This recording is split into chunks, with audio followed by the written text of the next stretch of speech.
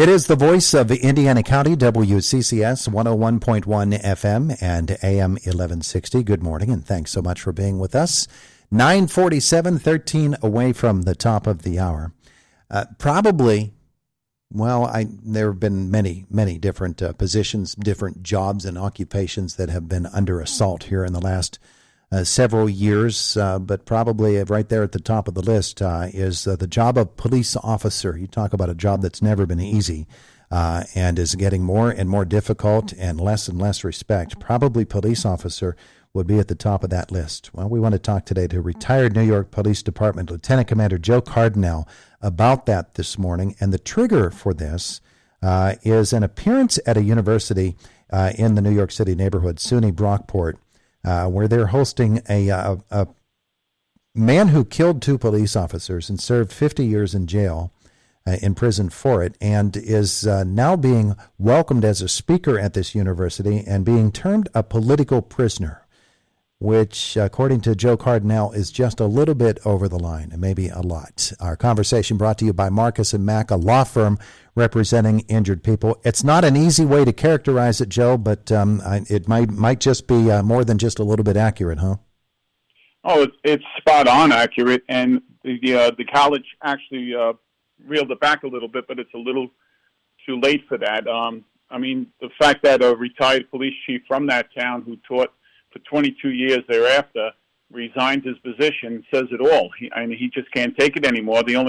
That's kudos to him, and I applaud him for doing that. But the bad thing is we have nobody watching the inner circle of that college anymore to see what else is going on. Just picture what they're putting him as a political prisoner. This man killed 2 police officers. And it's not the first time that we're seeing this. Just so everybody in your listening area knows, then Governor Cuomo and now Governor Hochul, who was lieutenant governor at the time, since 2019 have released 23 cop killers. They put a parole board in place that was sympathetic to them, and 23 cop killers have been released from prison. All right, that says it all right there. They shouldn't see the light of day, and yet they're out there. It's pretty obvious that they're not going to be able to do this and not get criticism for it. Why do you think they tend to ignore what seems so obvious to everybody else? Well, because they think it garnishes votes for them. The far left thinks that this is the way to go, to defund, demoralize, and take away our first line of defense in this country, which is our police departments. So I think the midterms are going to reflect the exact opposite of what this country really wants, because we are in a true lawless society if we don't back the police departments. And you have to understand that bail reform comes into play over here, and New York is the greatest example of how everything could go wrong. Crime is up, everything is up over here. All the major crimes are up right now, and the cops have their hands tied. The indemnification for police officers is not there any longer, and the turnover of police officers has never been more prominent than now. Think about that. In years before we would pass on our knowledge to other police officers and everything. You don't have that anymore. You have everybody leaving in a mass exodus. And this is the problem that everybody is facing across the United States, not just here. So law enforcement is the big target, but they have to understand that society becomes the bigger target in the long run. When we think about the job of a law enforcement officer and how difficult it has always been, and how much more difficult it is now because of this environment in which you're forced to operate. And then we hear about district attorneys across the nation who, because of a political effort in elections, have, as a group, come in and they have turned people back out onto the streets. Great lawbreakers. Not just little crimes, but the big major crimes. It has to be discouraging for a police officer to go to work in that environment, and that probably fuels what you're talking about, especially the mass resignations. Why would somebody want to put themselves and their families through that?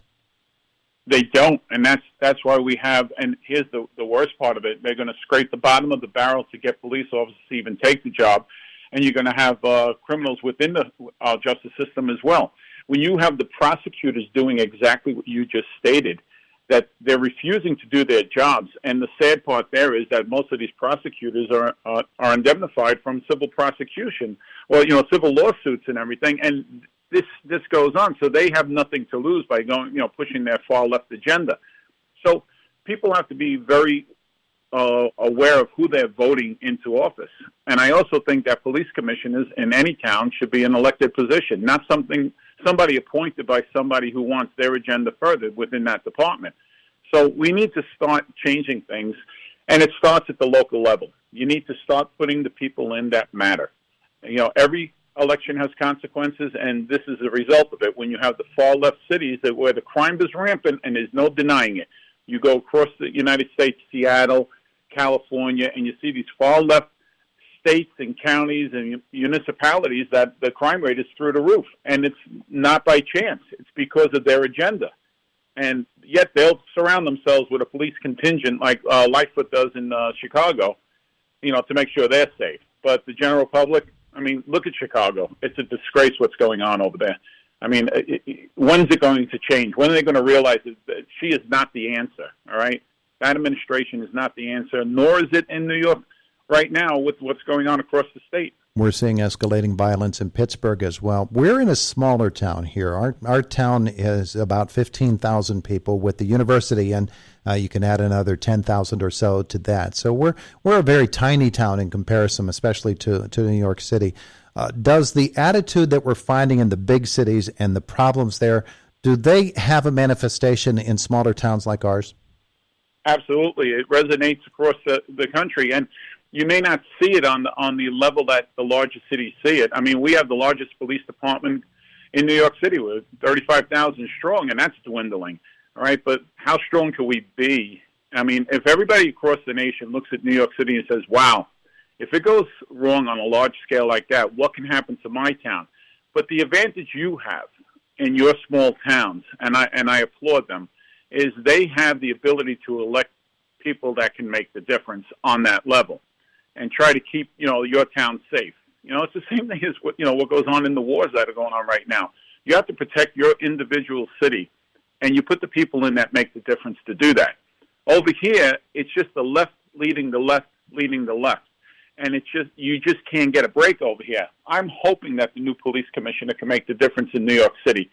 But once Adams starts pushing his agenda, the true agenda that the Democrats want him to push, it's going to be going back to the Bill de Blasio days, and that's scary. Joe, we think about the idea of the job of a police officer and why it was that guys like you were attracted to it. If the environment continues the way that it is now, if there are no changes and the political wash continues, where does this lead us in 3 to 5 years? 3 to 5 years, if we continue at the pace we're going right now across this country, all right, we're doomed. With the borders open, with the criminals that are coming in, and with the lack of experience in law enforcement, it's a bad scenario. I'm not the naysayer across the board. I firmly believe that law enforcement will come back with the right people at the helm. I said it before on one of the other stations. I said nobody wants to take the helm of a sinking ship. Well, in New York City we did that, and we had the good captain leading the charge was Rudy Giuliani. You need to get mayors like him who can satisfy both sides and say, hey, listen, you're driving business out of here, you're driving everything out of here. And he took crime to a different level. He wasn't the greatest mayor for the cops. The raises weren't great for us, but he was a man you wanted to work for. So I just think we have to get back to basics when it comes to law enforcement. And in New York City, as an example, you need to indemnify the police officers for the proper actions they take. That is no longer there, and nobody wants to take the risk of going to jail because somebody in the city council says, well, it may be by the book, but we don't think you did it right, and then your whole family life is ruined. Obviously, what you're saying to young men and young women who want to become police officers has to have changed over the course of the last year. What do you say to them that is going to put the job in the best light and attract the best people? It's a calling. My dad was a police officer. I took his shield number, and I was proud to do it. My daughter speaks about going on right now, and I warn her that it's not the job it used to be. we need to get the job back to what it was. So if you feel that calling, go for it. But just be aware of what you're getting yourself into. It's always been an inherently dangerous job. All right. What makes it worse today is that you don't have the back of the people who lead you.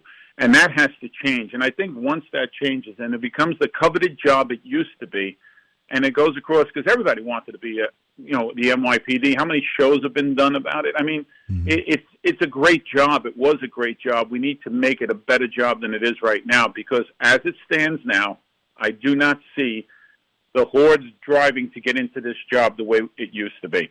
In your community, it might be, still be the greatest job, and I hope so. Go for it. If you feel that calling, go for it. Just be aware of what you're getting yourself into and what area. A lot of cops are going to Florida. They're more appreciated down there. And DeSantis has said, I'll take New York City cops any day. They're the best trained cops. And he's right. He's retired NYPD Lieutenant Commander Joe Cardinale. Thanks for spending time with us today. I appreciate it. Anytime. Have a great day. You too, my friend. Bye. You too, my friend. Bye.